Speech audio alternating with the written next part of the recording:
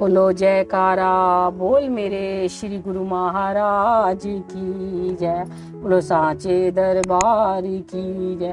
बोलो श्री अनंतपुर वासी भगवान की जय। बोलो नंगली निवासी भगवान की जय।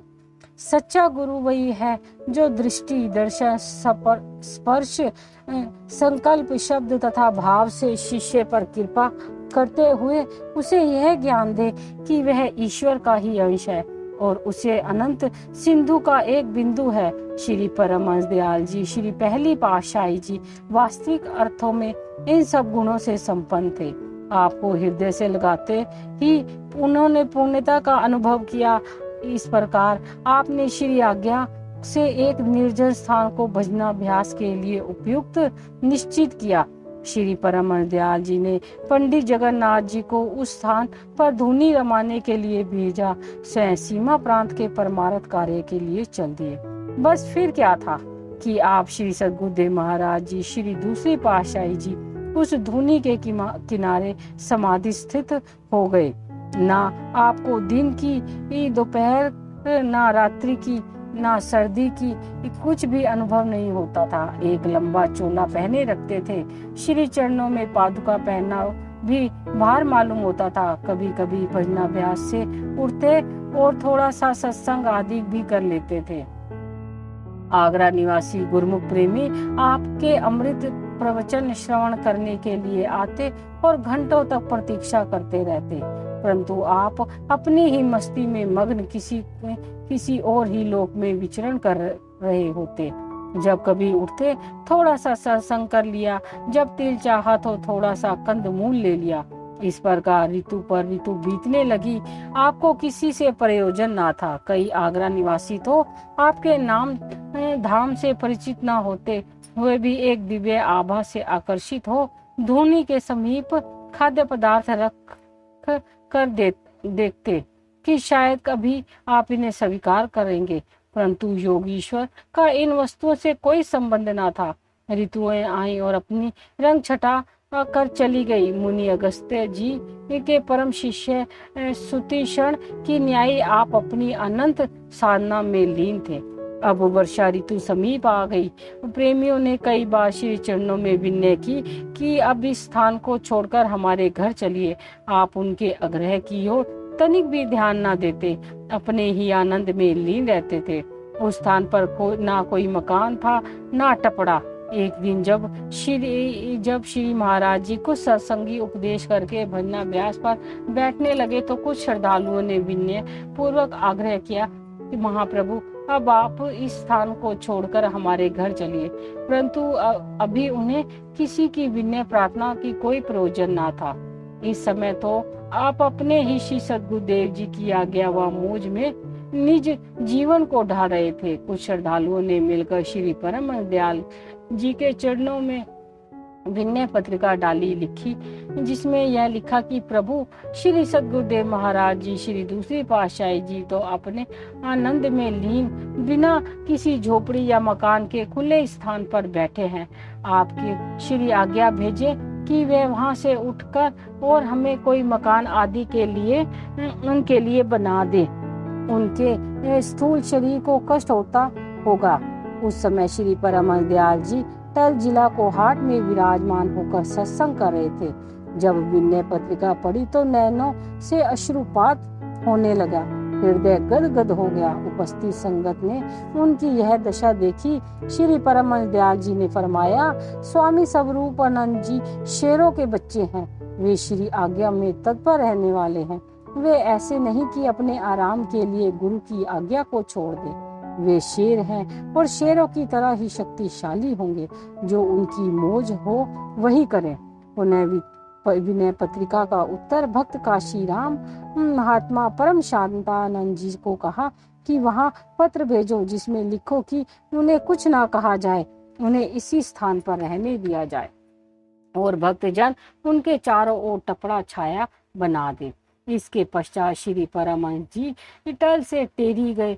वहां दीवान भगवान दास जी को अपने पास बुलाया और आगरा के पत्र का वर्णन करते हुए श्री सद्गुरुदेव महाराज जी श्री दूसरी पातशाही जी के प्रेम को प्रकट करते हुए फरमाया, कि वैसे तो हमने एक पत्र भक्त काशी राम जी को भिजवा दिया है, श्री स्वामी स्वरूपानंद जी तो अब ऐसी अवस्था में पहुंच चुके हैं जहां कुछ कहने की जरूरत शेष नहीं रह जाती। इसीलिए आप लोग ऐसा प्रबंध करें कि जहां वे बैठे हैं उसी स्थान पर ही कोई मकान या छपरा आदि तैयार हो जावे। इस श्री आज्ञा के होते ही धूनी की जगह पर मकान के लिए आज्ञा भेजकर प्रबंध करवा दिया। श्री परमहंस दयाल जी टेरी से समीपमा प्रांत के कई स्थानों को पवित्र करते हुए अक्टूबर 1915 में आगरा पहुंचे तथा उपदेशामृत की पावन धारा बहाने लगे। आप श्री सद्गुरुदेव महाराज जी श्री दूसरी पातशाही जी को पता चला कि श्री सद्गुरुदेव महाराज जी श्री परमहंस दयाल जी आगरा में विराजमान है, तो आप श्री दर्शन के लिए चल दिए। जब श्री परमहंस दयाल जी के निवास स्थान पर पहुंचे तो उस समय श्री परमहंस दयाल जी पलंग पर विराजमान होकर सत्संग का उपदेश कर रहे थे। प्रेमी श्रद्धालु सत्संग श्री वचनामृत श्रवण करने में संलग्न थे। आपको दूर से ही आते हुए देखकर श्री परमहंस दयाल जी ने संकेत से संगत के को मध्य में रास्ता बनाने की आज्ञा दी और फरमाया, रास्ता छोड़ दो, भैया परमहंस जी आ रहे हैं। सब संगत एक और इधर उधर देखने लगी, परंतु उनकी समझ में कुछ न आया। श्री परमहंस दयाल जी ये ऐसा क्यों फरमा रहे हैं? सत्य तो है कि महापुरुषों के रहस्य को समझने के लिए जीव में कहाँ शक्ति है। ज्यों ही आप श्री परमहंस दयाल जी के सम्मुख दंडवत वंदना कर समीप पहुँचे तो श्री परमहंस दयाल जी ने बड़े स्नेह से पूछा कि आप आ गए।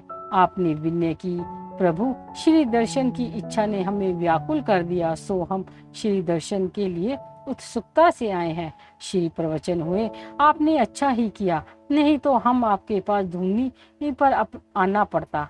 श्री परमहंस दयाल जी आगरा में विराजमान थे तो जयपुर से लाला हजारी लाल व अन्य कई भक्त लोग आगरा में श्री दर्शन के लिए आए और श्री परमहंस दयाल जी को जयपुर में दर्शन के लिए विनय की।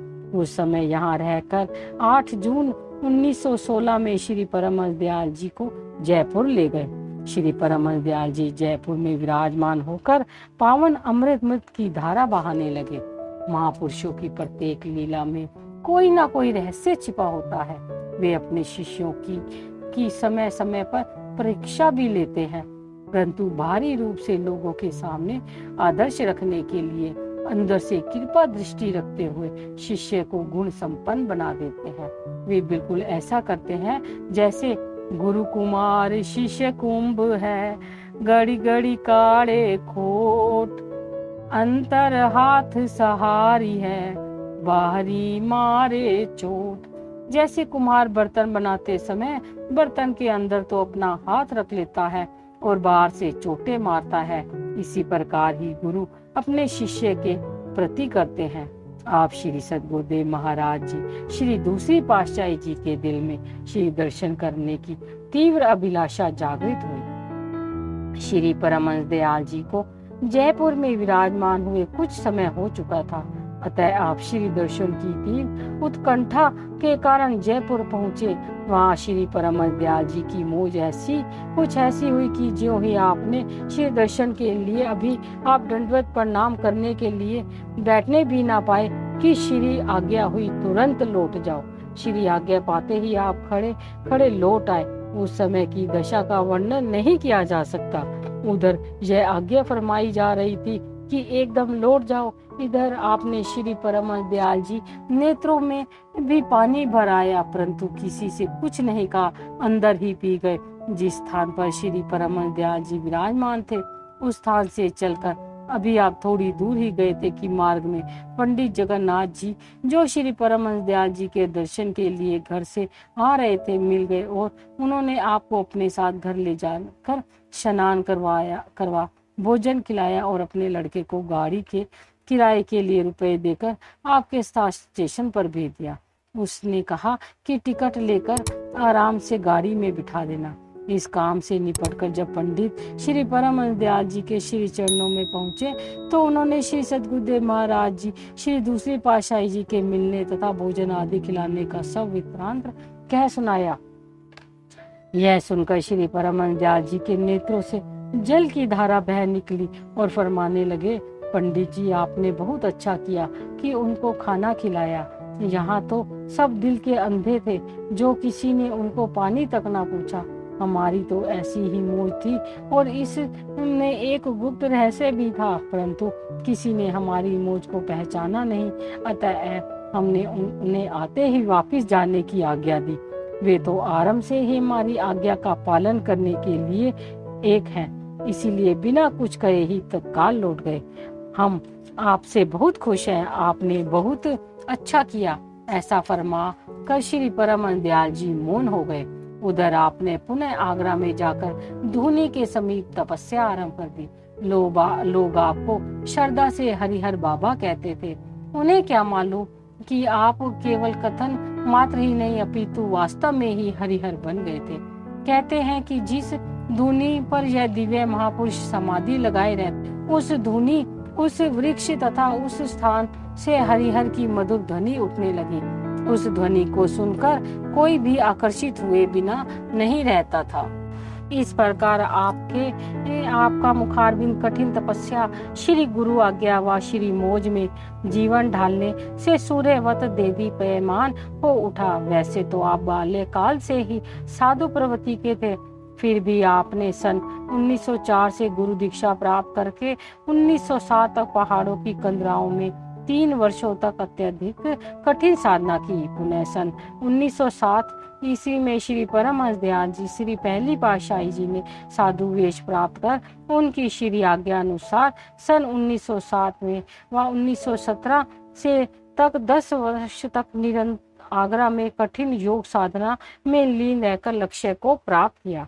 अब साधना जिस लोक संग्रह अर्थात जल कल्याण हेतु की गई, उसके फलीभूत होने का समय निकट आ गया था। सन 1917 में श्री परमहंस दयाल जी ने आपको हर प्रकार से सर्वगुण संपन्न जानकर एक सेवक को आगरा भेजकर आपको अपने पास टेरी बुलवा लिया। 10 वर्ष की कठिन योग साधना से आपका स्थूल शरीर कुछ सुकोमल हो गया, परंतु आपके चमकते हुए मुखमंडल पर कोई भी एकटक ना निहार सकता। आपके परिश्रम से श्री परमहंस दयाल जी अति प्रसन्न हुए, क्योंकि जिस अमर ज्योति का उपदेश आपने देश विदेश के कोने कोने तक फैलाना, मोह ममता की गहरी नींद में सोए हुए जीवों को जगाना तथा अज्ञानता से भटके हुए जीव को सन्मार्ग पर लगाना, ये सब काम आपके लिए सरल हो गए थे। टेरी में कुछ दिन श्री परमहंस दयाल जी को अपने पास रखा और भक्तजन को आपकी सेवा शुश्रूषा करवाई तथा बाद में सत्संग का कार्य भी करवाने लगे। बाहर से तो जो भी संगतें श्री परमहंस दयाल जी के दर्शन के लिए आती, तो परमहंस दयाल जी आपको ही सत्संग उपदेश के लिए फरमाते। सब संगतें आपकी मधुर वाणी से अमृत प्रवचन सुनकर कृतकृत्य हो जाती। आई हुई संगतें आपका मुख कंठ से यश गाती। कई भक्तजन आपको अपने गृह में पधारने के लिए आग्रह करते। कई भक्तजन तो श्री परमहंस दयाल जी के श्री चरणों में आपको अपने स्थान पर ले जाने के लिए विनय करते। भक्तजनों की आपके प्रति अत्यधिक श्रद्धा व निष्ठा को देखकर श्री परमहंस दयाल जी ने आपको सीमा प्रांत तथा निकटवर्ती स्थानों पर सत्संग परामर्श लाभ कराने हेतु श्री आज्ञा दी। श्री आज्ञा शिरोधार्य कर आप सोई हुई मानवता सृष्टि को जागृत का संदेश देने के लिए चल पड़े।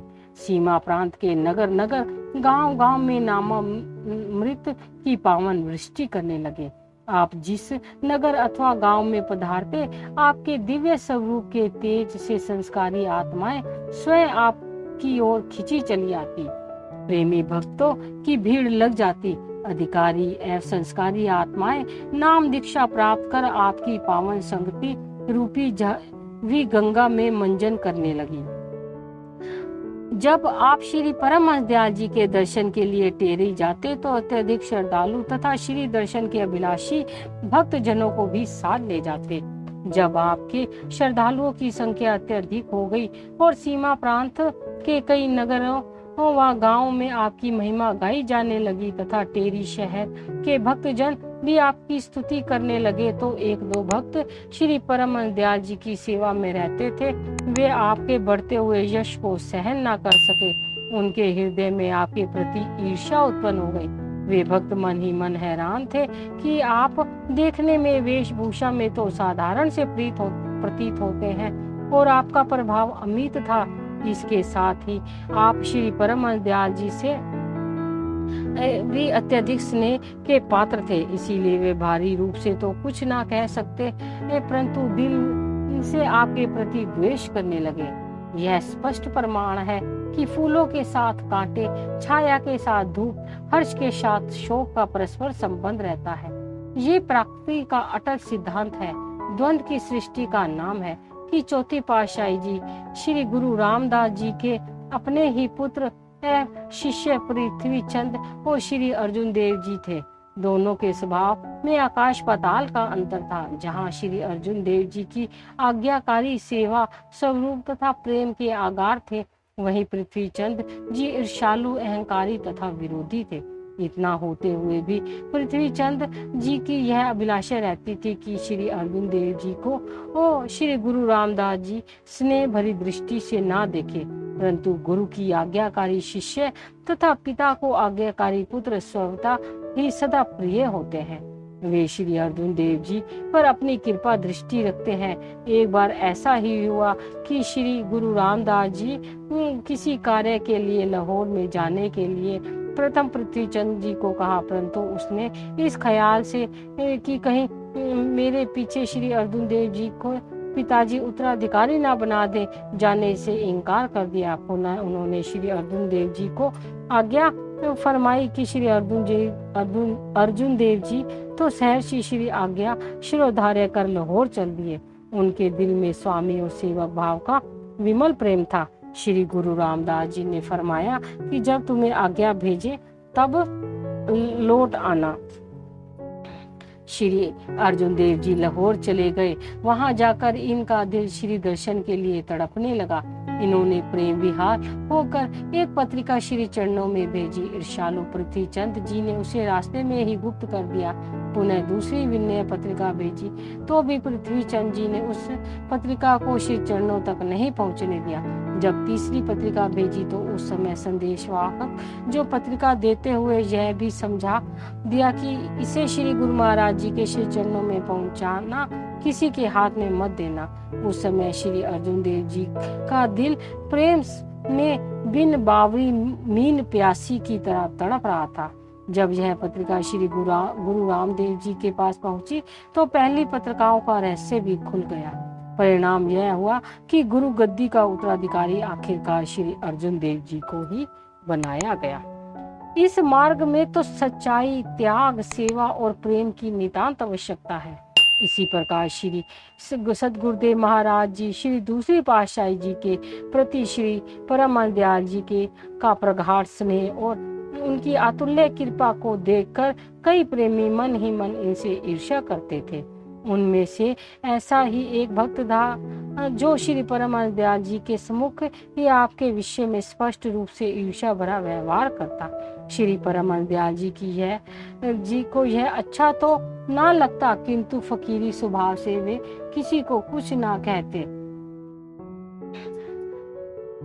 परम संत श्री कबीर साहिब जी का कथन है, आहा अग्नि निश दिन जरे, गुरु से चाहे मान, ताको यम न्योता दियो, हो हमारा मेहमान। इस प्रकार वह भक्त निष्दिन अहंता की अग्नि में जलता करता। इधर श्री परमहंस दयाल जी अपने शिष्य के अंत स्थित समीप होते गए। श्री परमहंस दयाल जी श्री प्रथम पातशाही जी ने आपको सत्संग करने की आज्ञा प्रदान की। अब वही भक्त आपके सत्संग में तर्क वितर्क करने लगा। आप सत्संग के मध्य अथवा पश्चात में भी उसे चेतावनी देते रहते कि परमार्थ के पवित्र स्थान पर ना सत्संग कार्यों में व्यर्थ का वाद विवाद तथा अनुचित व्यवहार भक्तों को शोभा नहीं देता और इसका परिणाम भी अशुभ होता है। परंतु वह कहाँ मानने वाला था। एक दिन भक्त रामचंद्र महात्मा निज मुक्तानंद जी के ने आपके श्री चरणों में विनय की कि आप इस भक्त को कुछ ना कहा करे, नहीं तो श्री परमहंस दयाल जी आपको नाराज होंगे। आपने उत्तर दिया, भक्त जी, जो कोई न्याय के विरुद्ध कार्य करे उसे कुछ ना कुछ तो कहना ही पड़ता है। हमें भी यह गौरव है कि हम श्री परम दयाल जी की शान के विरुद्ध कोई कार्रवाई नहीं करेंगे। भक्त जी ने कहा, जैसे आपकी मौज हो इस बात से आपने अपने को प्रदर्शित नहीं किया, अपितु जिसे सुतीक्ष्ण मुनि श्री रामचंद्र जी के श्री चरणों में विनय की थी कि अस अभिमानी जय जनी भर भोरे, मैं सेवक रघुपति पति मोरे। इस बात को स्पष्ट प्रमाण दिया कि श्री परम दयाल जी मेरे हैं। भक्त रामचंद्र जी ने इस घटना का उल्लेख इस प्रकार किया कि एक बार श्री सद्गुरुदेव महाराज जी श्री दूसरी पातशाही जी प्रातः कहीं जा रहे थे। मार्ग में उन्हें वही भक्त मिला जो तर्क वितर्क करता था। उसने ऐसे ही श्री सद्गुरुदेव महाराज जी श्री दूसरी पातशाही जी की शान के विरुद्ध कुछ शब्द कहे तो श्री सद्गुरुदेव महाराज जी ने उसे जोरदार लहजा में समझाया और भविष्य में ऐसा ना करने की चेतावनी दी। परंतु उस भक्त ने उनके वचनों को बुरा मानकर श्री परम दयाल जी के चरणों में आकर उनके विरुद्ध ही शिकायत की। उस समय श्री परम दयाल जी पलंग पर विश्राम कर रहे थे तथा मैं भक्त रामचंद्र जी श्री चरणों की सेवा कर रहा था। जैसे ही उसने संपूर्ण वेदांत का वर्णन किया, मैंने सोचा तो आज श्री परम दयाल जी अवश्य ही श्री सद्गुरुदेव महाराज जी श्री दूसरी पातशाही जी पर अप्रसन्न हो गए। परंतु हुआ उसके विपरीत। श्री परम दयाल जी 5 मिनट तक तो मौन रहे, फिर प्रवचन कहे कि बाबा स्वरूपानंद जी तो श्री कृष्ण जी की निर्भय पदवी को प्राप्त कर चुके हैं, उनका कोई कुछ नहीं बिगाड़ सकता, उनसे जो लड़ेगा वह हारेगा। अमृत प्रवचन श्रवण कर उस भक्त ने क्षमा मांगी और श्रद्धा विश्वास से आपके प्रवचनामृत श्रवण करने लगा।